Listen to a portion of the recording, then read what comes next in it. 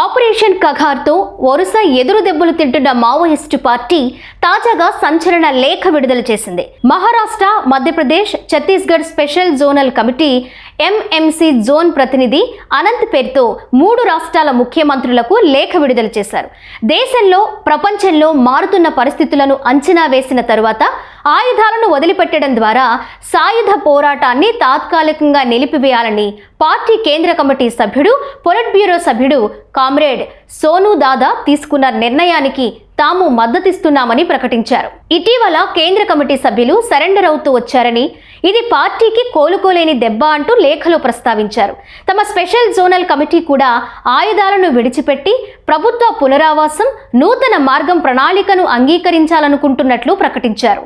ఇందుకు 3 రాష్ట్రాల ప్రభుత్వాలు తమకు సమయం ఇవ్వాలని కోరారు. తమ పార్టీ ప్రజాస్వామ్య కేంద్రీకరణ సూత్రాలకు కట్టుబడి ఉందని, తాము సమిష్టిగా ఈ నిర్ణయానికి రావడానికి కొంత సమయం పడుతుందని, సహచరులతో సంప్రదించి పద్ధతి ప్రకారం వారికి ఈ సందేశాన్ని తెలియచేయడానికి తమకు సమయం కావాలన్నారు. కాబట్టి 3 రాష్ట్రాల ప్రభుత్వాలు ఫిబ్రవరి 15, 2026 వరకు సమయం ఇవ్వాలని అభ్యర్థిస్తున్నామని లేఖలో కోరారు.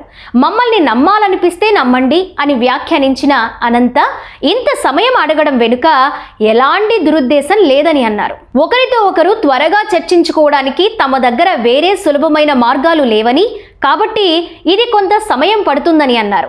మార్చి వరకు సమయం అడగడం చాలా ఎక్కువ అని తెలుసన్నారు. కానీ ఇది మావోయిజాన్ని నిర్మూలించడానికి ప్రభుత్వం విధించిన గడువు మార్చి 31, 2026 లోపు ఉందని అన్నారు.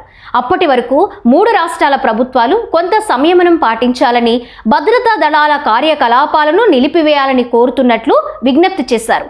ఇక రాబోయే PLGA వారోత్సవాలు నిర్వహించడం లేదన్నారు. అన్ని కార్యకలాపాలను నిలిపివేస్తున్నట్లు మీకు హామీ ఇస్తున్నామని లేఖలో పేర్కొన్నారు.